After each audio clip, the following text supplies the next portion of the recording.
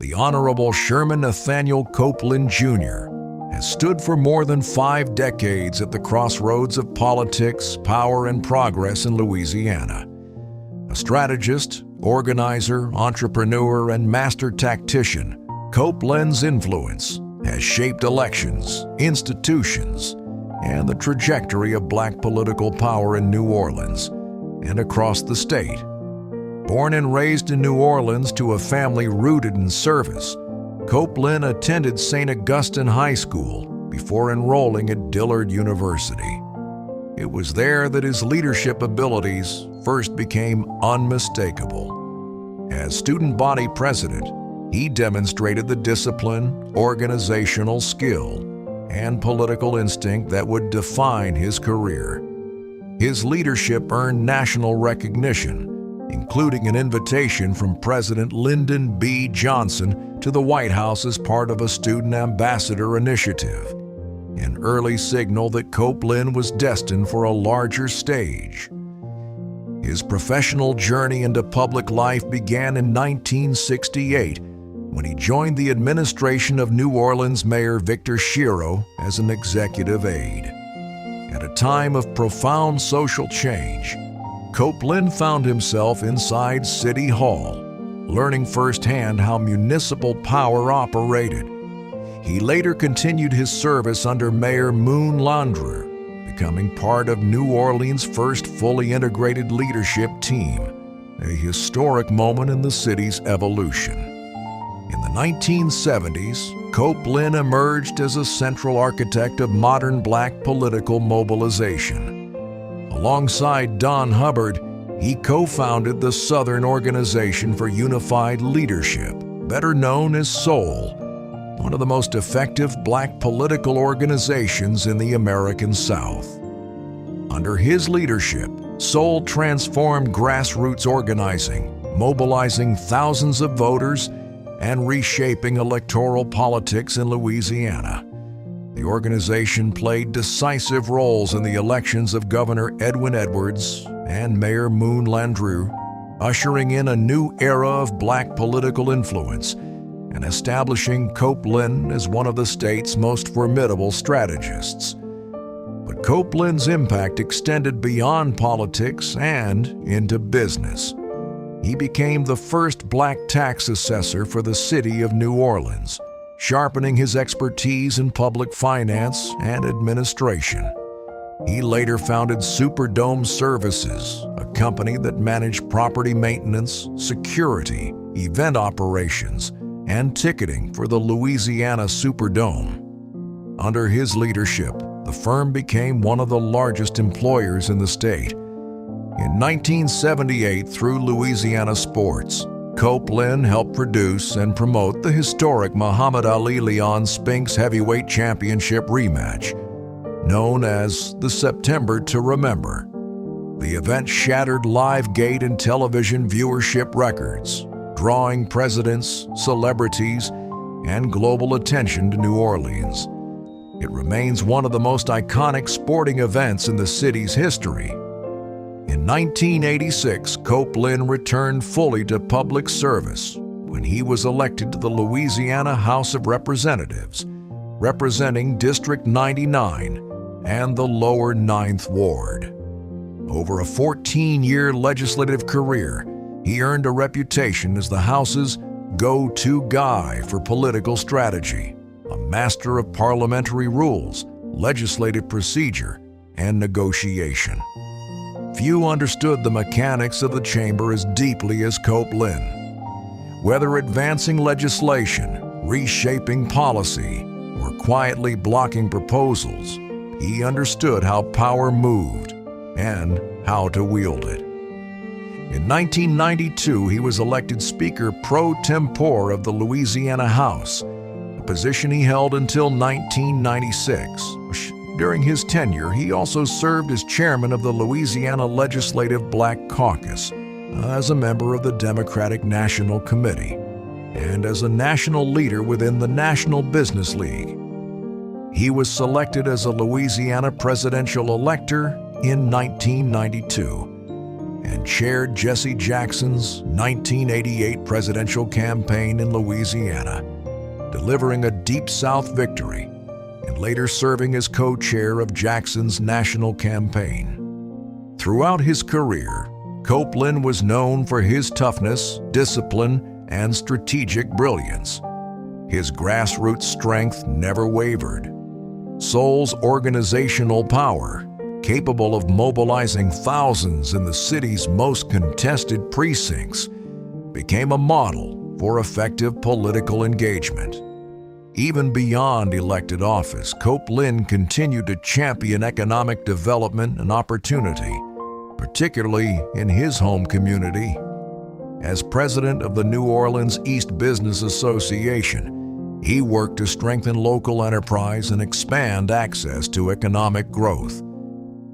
Sherman Copelin's legacy is not simply measured in titles held or elections won. It is measured in institutions built, communities mobilized, and generations of leaders empowered. He helped redefine what political organization could look like in Louisiana, disciplined, strategic, and rooted in community strength. For more than 50 years, he has remained a defining presence in Louisiana's public life, sometimes controversial, always consequential, and undeniably influential. He and his wife, Donna, are proud parents and grandparents, and his family shares in the pride of a life devoted to leadership and service. Tonight, the Louisiana Political Museum and Hall of Fame honors Sherman Nathaniel Copelin, Jr., strategist, builder, and architect of modern political power in Louisiana. Ladies and gentlemen, Mr. Sherman Copelin.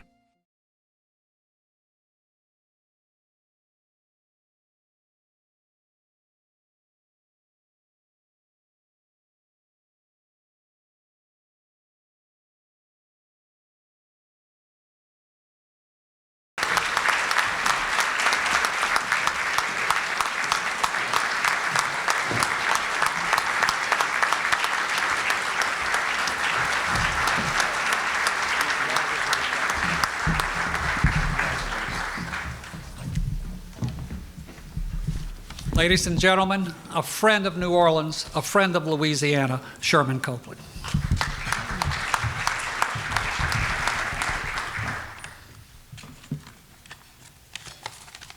Good evening.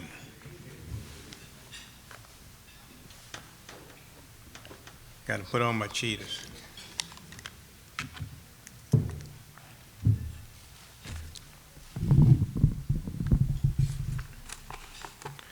Standing here tonight, I have to tell you, I'm deeply honored and more than a little humbled. When you spend your life working in the trenches of Louisiana politics, you don't do it expecting a moment like this. You do it because you love your community, you do it because you love your state, and you believe in the power of people coming together to make things happen. So to be recognized in this way, it means more than I can say. But before I go any further, I would personally like to thank each and every one of the individuals in this room for coming to celebrate with myself and my fellow inductees this evening.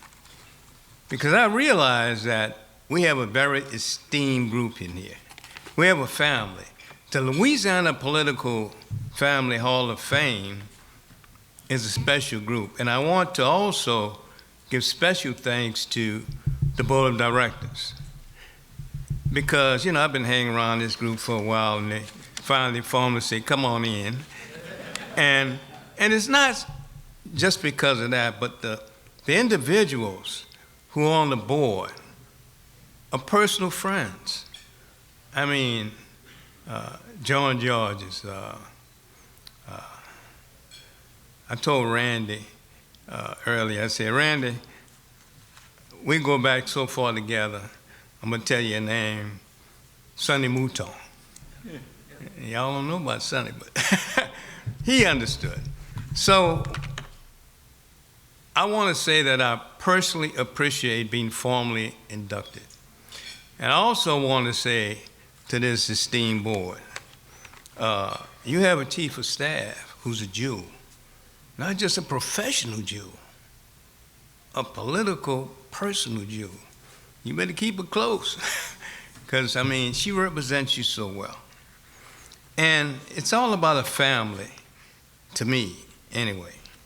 And so, I'm going to tell you, family is the most important thing we can have. And I grew up in a family, and my father and my grandfather was my early mentors. And my grandfather had, he was a Baptist preacher, and he had 3 churches. And got to tell you the other side, my mother's mother lived in our house, our family house. She grew up in our family house, and something special about her, she lived to be almost 100, and she went to church every day of her life. Every day of her life she went to church. And sometimes she dragged me along with her. And my grandfather, being a Baptist preacher, he liked to see my face, you know, and sometime in his church. So I say I'm Baptist. But the important thing is that it was the family that brought everybody together. And my grandfather and our family had to go to, every Sunday after church, we had to go to his house for dinner. Now, it wasn't mandatory, but you knew you had to be there in the seat before he gave the blessing of the food. And so, I'll never forget, one day he said to me, he said, "You got a problem?" I said, "No." He said, "Well, what's on your mind?" I said, "Nothing. I had put this little meeting together. Thought I was a big-time thing, right? I was going to fill the room up and do all these great things." And I said, "You know, I was just a little disappointed nobody showed up." He said, "What do you mean nobody showed up?" I said, "Well, you know, they didn't have a lot of people in the room." He said, "Can you count?" I said, "What do you mean?" He said, "I counted the people in the room, there were 12. So that's all Jesus needed."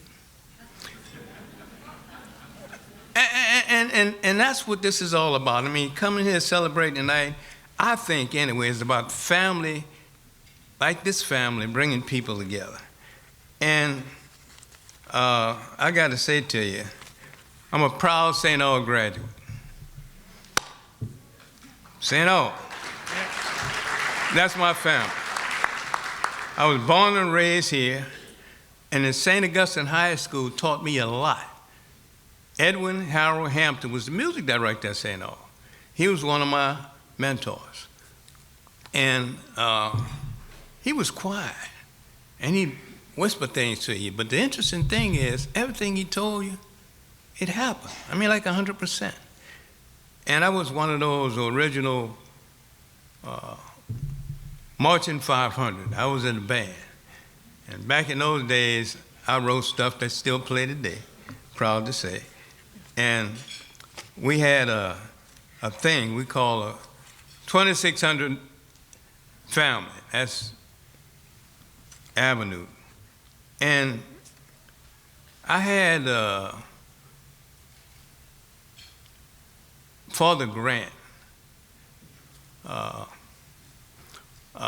was the principal. And Father McManus was a math professor. He put that on the board and draw a perfect circle. Now, why did I share that with you? Because at St. Aug, everybody was called Mr. That's right. And back in those days, you know, most people was calling us boys. Everybody was Mr. Copelin, Mr. this. But you had to earn it. You had to earn it. They didn't give it to you. And so at St. Aug, they taught you how to respect people. And it taught you how to earn things. And I forget to add this Father Hughes. You say, well, why do you remember Father Hughes? Here's why I remember Father Hughes. Father Hughes came from a well-endowed family. And he didn't hide it. He wore very prominent garments that a king would wear. And I never forget, he gave me an assignment one day. An assignment was I had to do a paper on Shelley's impression upon Donne in the Druryland Theater. And so back in those days, even the public library practiced segregation. So it was hard to find the information I needed. So I went to Father Hughes and said, Father, I got a problem. He said, what's your problem? So I told him. He said, you don't have a problem? We don't have problems. I said, no, you have a challenge. He said, and you got a problem to solve. And he gave me a piece of paper, and he wrote on that paper, he said, go to Loyola University's library, such and such a floor, such and such a hour, such and such a row, such and such a book, such and such a page.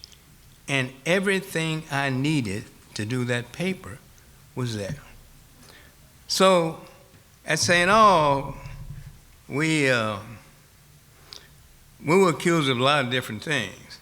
They used to say, them boys at St. Aug think they're better than everybody else. We never thought we was better than everybody else. We just knew nobody was better than us. And so I think that what we have this evening is a great family that I was born and raised in New Orleans. And my journey in life started early. I went to Dillard University. At Dillard University, I met a gentleman named Dr. Frederick Hall. He was the musical director, world renowned, check him out. And notice I say music. I have a degree in music, not business. Music was my life. And in music, it's the best discipline you can have. And Dr. Hall, and I remember, was the guy who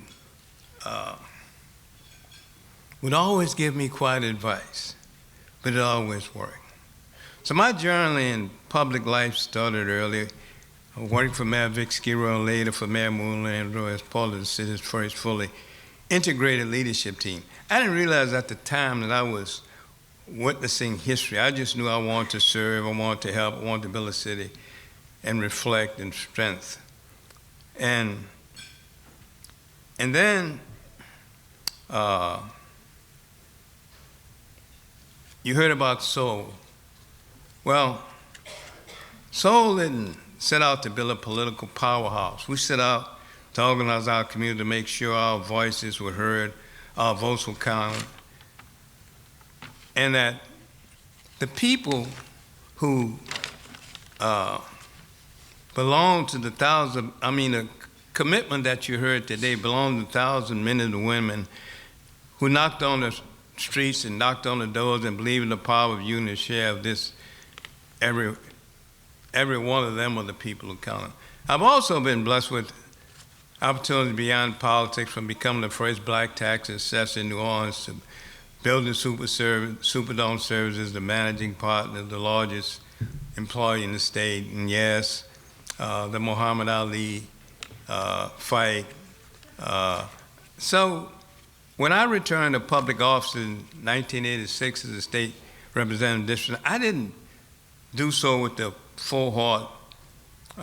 Representing the Lower Ninth Ward was one of my greatest privileges in life. My colleagues trusted me. It was challenging, it was informative. And when I chaired Justice Jackson's campaign, and bless his soul, he passed recently. But later on, the team was another chapter that I always cherish, a moment when I hoped and felt what was in reach. People around the country look at Louisiana politics like it's a spectator sport. They think it's wild. They think they don't always see it in the heart, the people's heart behind communities, the families, the people who get up every day to fight for a better future. I had a front row seat to that for more than 50 years, and let me tell you, it's the most beautiful show on earth. So it's all about family, really, to me anyway. And what I learned through family. You say happy wife, happy life. Well, my wife, Donna, 35 years. She's been my partner. She's been every step of the way. And I have 4 lovely children. I think it's all about building family. I think it's all about building family for the future. My 2 oldest kids will be here tonight, but I have my grandson over there, Makai. I have my youngest son, Shane, and his lovely wife, Afra. And I'm really proud of what they've achieved. You know, Shane went to Newman. He's one of them 14-year greenies. And when he left there, he went to Carnegie Mellon. He got a degree in business. And I never forget, the same year he graduated from Carnegie, I was in the 50-year graduating class at Dillard University. And at Dillard, I got a degree in music, not business.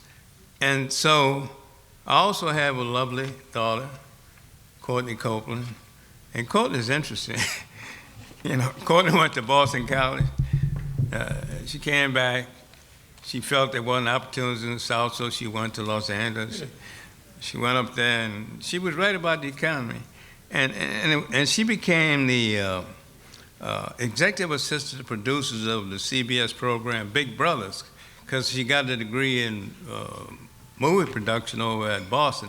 And then she went to, what's the name of that, University of Southern Cal, and she got her master's in business, and she's doing well as a young entrepreneur. She's got all kind of stuff going on. So